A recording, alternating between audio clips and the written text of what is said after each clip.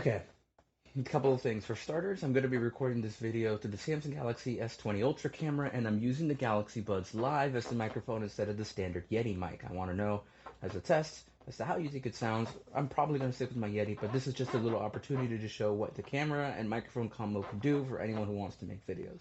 It's an exciting time, I think, to buy an iPhone.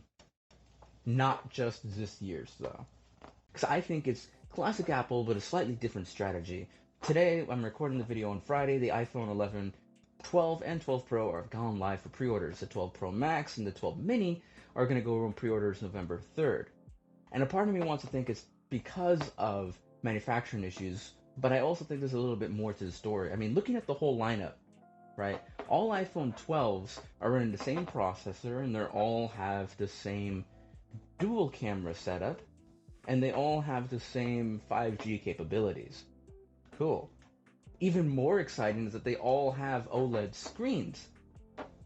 Their Super Retina XDR display, which was exclusive to the Pro last year. So this is really good news for anyone who doesn't want to feel like they're getting skimped out.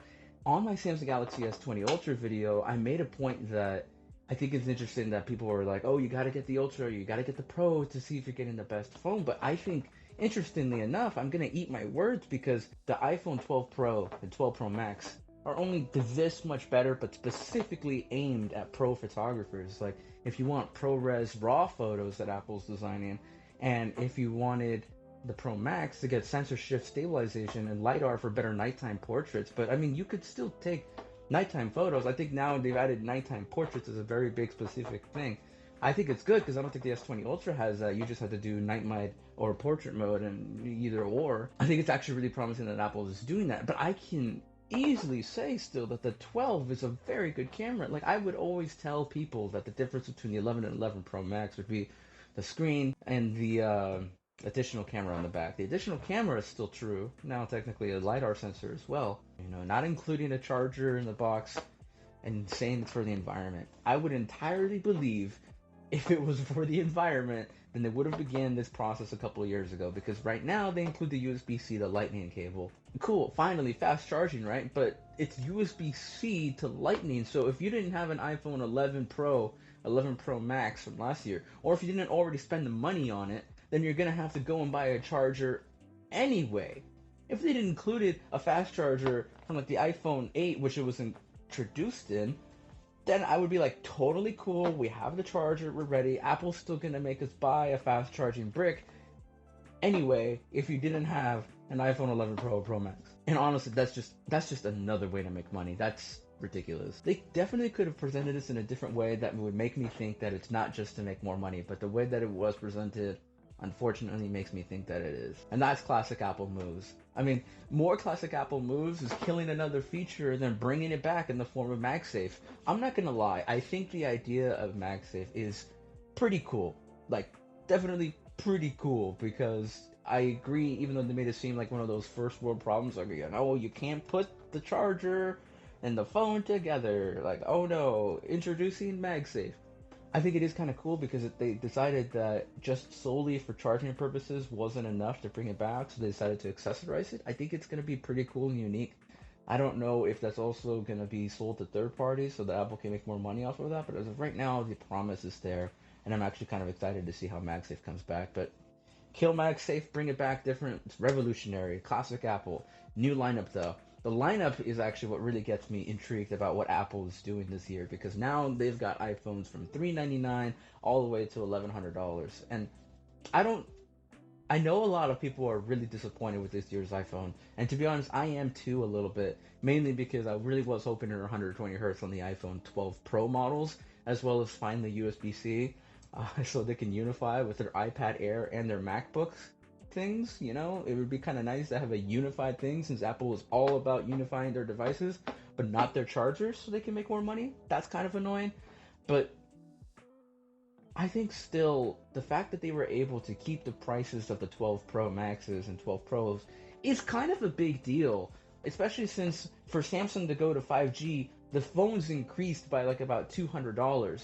And the Ultra is $1,400, and the S20 Plus is also at $1,100. They increased prices, but Apple was, you know, they've got a LiDAR sensor in there now, and their phone is made out of stainless steel. The S20 Plus doesn't have either of those technically, and it's the same cost. It's weird to me that Apple was able to keep the same cost. I mean, it makes sense because they're able to develop everything in-house, but that's kind of a big deal. The $1,100 phone now has an additional sensor shift stabilization, and also has, a better zoom lens and 5G for the same price as last year. I think that's very important to think about, especially when I'm discussing that this $1,400 Ultra phone is great, but $1,100 for like 5G Pro Max it makes more sense now that it also starts 128. I think that's actually really intriguing to think about. But seriously though, Apple's lineup is looking really good. Starting at $399 for the SE, $499 for the 10R, $599 for the 11, and then $699 for the 12 mini, and the $899 for the 12, $999 for the iPhone 12 Pro, and $1099 for the 12 Pro Max. That's a very solid lineup, and the oldest processor you can get is from the 10R. Everything else is from last year, and that's crazy to think about because iPhones usually last for 5 years, assuming you don't get some terrible bug or software issue. If you're one of the lucky people who have absolutely no issues, they'll last you 5 years. Constant software support and consistently pretty good hardware. It's gonna be hard for people who have had their Samsung or another Android phone for a long time, and when they look at Samsung's lineup and they see it's kind of expensive as well. The FE was a really good counterpart to that, but still, if you look at their A51 at $500, to be completely honest, for $500, I would tell someone to get the 10R because it would have a better build, water resistance, more software support, wireless charging. The A51 doesn't get you the same thing that $500 gets you on Apple's side, and it makes it easier for people to consider switches. The lineups between Apple and the Samsung have never been more competitive, and it is very interesting to think that Apple's making affordable iPhones for people. It's insane, and that they're not cut back because Apple has that image to maintain. They're not cutting back on this or that they haven't already been cutting back on for years. If that makes any sense, because you can cut back on a processor, you can cut back on RAM, you can cut back on screen resolution, and Apple doesn't necessarily cut back on them because at one point this below 720p screen was flagship and people accepted that. So to the consumer's eyes, they're not cutting back on anything since this was already considered flagship, and that's crazy to think about. Apple's definitely got a pretty decent lineup this year, and while the 12 and 12 Pro are disappointing to a lot of people, especially people who have the 11, honestly, there's no good explanation for any of those people to upgrade unless they live in a city where 5G is incredibly fast. There's honestly no real reason for a lot of them to upgrade, but you hear this argument every single year. This phone is not for you, person who got the phone last year. It's for the person who got the phone 2 years ago or 3 years ago. And they want the best now. They want the best camera. They want the latest features because they've waited their time. But I think this approach to their lineup is definitely going to shake things up. I almost forgot to talk about the Mini. That hecking iPhone 12 Mini. 5.4 inches. I've had hands on with a case.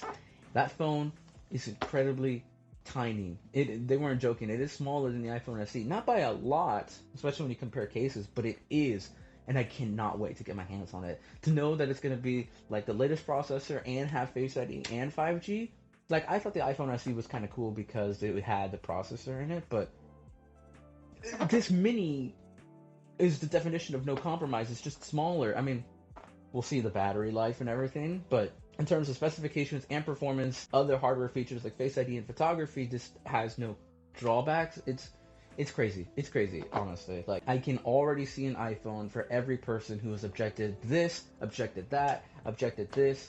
Like, there's an iPhone for each of these people now. I don't want to spend $1,000. Cool, you can spend $6,000 if you want to get an 11, which is also fantastic. I don't want to spend $600. My kid just wants an iPhone.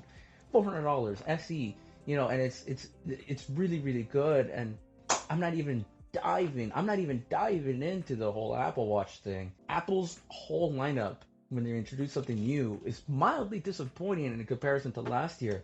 But they're subtly changing the pricing and making something available for everyone that I can very clearly see their strategy as to what they're doing. Although the flashy event is flashy while it's happening and you realize it's not that big, the behind the work scene as to who Apple is actually selling to and who is now available to buy a all-powerful iPhone at this price range is expanding rapidly. It's kind of a big deal. At least I think. We'll see exactly how the pre-orders go today and how the pre-orders go November 3rd for the 12 Pro Max and for the 12 Mini. 12 is going to sell a lot. I think the 12 Pro Max is going to sell a lot, and I think the 12 Mini is going to sell a lot. I think the 12 Pro is now kind of the weird child because the 12 and 12 Pro are the same size now.